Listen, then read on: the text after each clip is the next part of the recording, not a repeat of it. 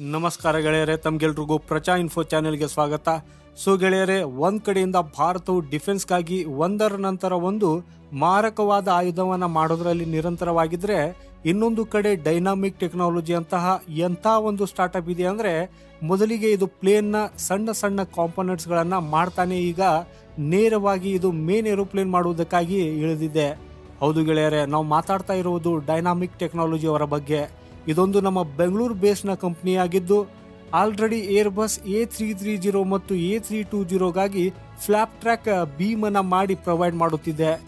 ಈ ಇಮೇಜ್ ಅಲ್ಲಿ ನೀವು ನೋಡಬಹುದು, ಇದನ್ನೇ ಫ್ಲಾಪ್ ಟ್ರ್ಯಾಕ್ ಬೀಮ್ ಅಂತ ಹೇಳಲಾಗುತ್ತದೆ.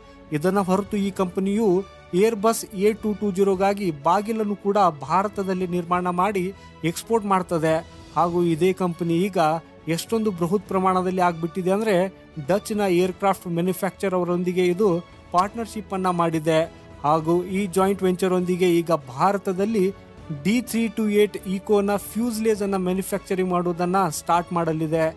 ಈ ಫ್ಯೂಸ್ಲೇಜ್ ಏನಿದೆ ಅನ್ನೋದನ್ನ ನೀವು ಈ ಇಮೇಜ್ ಅಲ್ಲಿ ನೋಡಬಹುದು. ಅಂದ್ರೆ ಬೇಸಿಕಲಿ ಪ್ಲೇನ್ ನ ಮೇನ್ ಬಾಡಿಯನ್ನ ಈಗ ಭಾರತದಲ್ಲಿ ಮ್ಯಾನುಫ್ಯಾಕ್ಚರಿಂಗ್ ಮಾಡಲಾಗುವುದು. ಈ ಪ್ಲೇನ್ ಇಂಥ ಪ್ಲೇನ್ ಆಗಿರುವಂತದ್ದು ಅಲ್ಲ, ಇದು ಎಷ್ಟೊಂದು ಅಡ್ವಾನ್ಸ್ಡ್ ಆಗಿದೆ ಅಂದ್ರೆ, ಇವತ್ತಿನ ಯಾವುದೇ ಪ್ಲೇನ್ ನ ಕಂಪ್ಯಾರಿಸನ್ ಅಲ್ಲಿ 95% ಕಡಿಮೆಯ CO2 ಎಮಿಷನ್ ಅನ್ನ ಇದು ಮಾಡಲಿದೆ.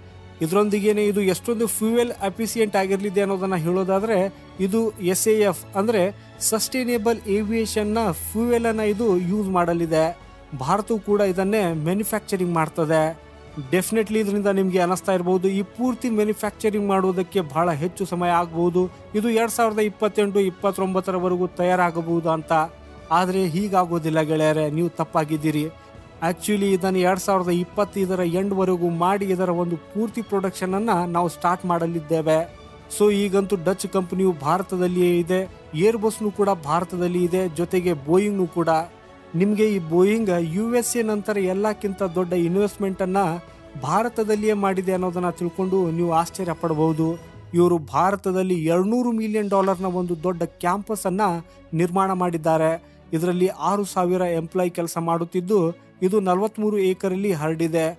ಹಾಗೂ ಇದಕ್ಕೆ Boeing India engineering and technology centre ಅಂತ ಹೇಳಲಾಗುತ್ತದೆ. ಇತ್ತೀಚೆಗೆ ನಮ್ಮ ಪ್ರಧಾನಮಂತ್ರಿ ಮೋದಿಯವರು ಈ ಫೆಸಿಲಿಟಿಯ ಇನಾಗ್ರೇಷನ್ ಅನ್ನ ಮಾಡಿದಾಗ ಆಗ ಅಲ್ಲಿ ಅವರು ಒಂದು ಬಹಳ ದೊಡ್ಡ ಸ್ಟೇಟ್ಮೆಂಟ್ ಅನ್ನ ಕೊಟ್ಟಿದ್ದರು. ಅವ್ರು ಏನ್ ಹೇಳಿದ್ರು ಅಂದ್ರೆ, ಈಗ ಬೋಯಿಂಗ್ ಕೂಡ ಭಾರತದಲ್ಲಿ ಆದಷ್ಟು ಬೇಗ ಮ್ಯಾನುಫ್ಯಾಕ್ಚರಿಂಗ್ ಮಾಡೋದನ್ನ ಸ್ಟಾರ್ಟ್ ಮಾಡುವ ಆ ಸಮಯ ಇನ್ನೂ ದೂರವಿಲ್ಲ ಅಂತ. ನಿಮಗೆ ಇದನ್ನ ನಂಬೋದಕ್ಕೆ ಆಗ್ತಾ ಇಲ್ವಾ? ಸ್ವತಃ ನೀವೇ ಇದನ್ನ ಓದಬಹುದು. ಹಾಗೂ ಡೆಫಿನೆಟ್ಲಿ ಇವೆಲ್ಲದರ ವಿಷಯದ ಬಗ್ಗೆ ತಿಳ್ಕೊಂಡು, ಜೊತೆಗೆ ನಮ್ಮ ಇಂತಹ ಇನ್ನೋವೇಟಿವ್ ಸ್ಟಾರ್ಟ್ಅಪ್ ಗಳನ್ನ ನೋಡುತ್ತಾ ಇವತ್ತಿನ ಸಮಯದಲ್ಲಿ ಎಲ್ಲ ಭಾರತೀಯರು ಹೆಮ್ಮೆ ಪಡ್ತಾ ಇದ್ದಾರೆ. ನೆಕ್ಸ್ಟ್ ಜನರೇಷನ್ ಅಲ್ಲಿ ಈ ಏರ್ಕ್ರಾಫ್ಟ್ ನ ಬಾಡಿ ಸ್ಟ್ರಕ್ಚರ್ ಹಾಗೂ ಇಂಟೀರಿಯರ್ ಅನ್ನ ಯಾವ ರೀತಿಯಲ್ಲಿ ಇದರ ಡಿಸೈನ್ ಮಾಡಲಾಗಿದೆ ಅನ್ನೋದನ್ನ ನೀವು ನೋಡಬಹುದು. ಖಂಡಿತವಾಗ್ಲೂ ಯಾವುದೇ ಇಂಥ ಏರ್ಕ್ರಾಫ್ಟ್ ಪೂರ್ತಿ ಜಗತ್ತಿನಲ್ಲೇ ಇರ್ಲಿಕ್ಕಿಲ್ಲ. ಹಾಗೂ ಈಗ ಇಷ್ಟೊಂದು ಸ್ಪೆಷಲ್ ಆಗಿರುವಂತ ಏರ್ಕ್ರಾಫ್ಟ್ ಅನ್ನ ಭಾರತದಲ್ಲಿಯೇ ಮ್ಯಾನುಫ್ಯಾಕ್ಚರಿಂಗ್ ಮಾಡಲಾಗುವುದು. ಸೊ ಈ ವಿಷಯಕ್ಕಾಗಿ ಒಂದು ಲೈಕ್ ನ ಅವಶ್ಯಕತೆ ಇದೆ. ಜೊತೆಗೆ ಕಾಮೆಂಟ್ ಅಲ್ಲಿ ಜೈ ಹಿಂದ್ ಬರೆಯೋದನ್ನ ಮರೆಯದಿರಿ. ಹಾಗೂ ಈ ರೀತಿಯ ಇನ್ಫಾರ್ಮೇಶನ್ಗಾಗಿ ಚಾನೆಲ್ ಅನ್ನ ಸಬ್ಸ್ಕ್ರೈಬ್ ಮಾಡೋದನ್ನ ಮರೆಯದಿರಿ.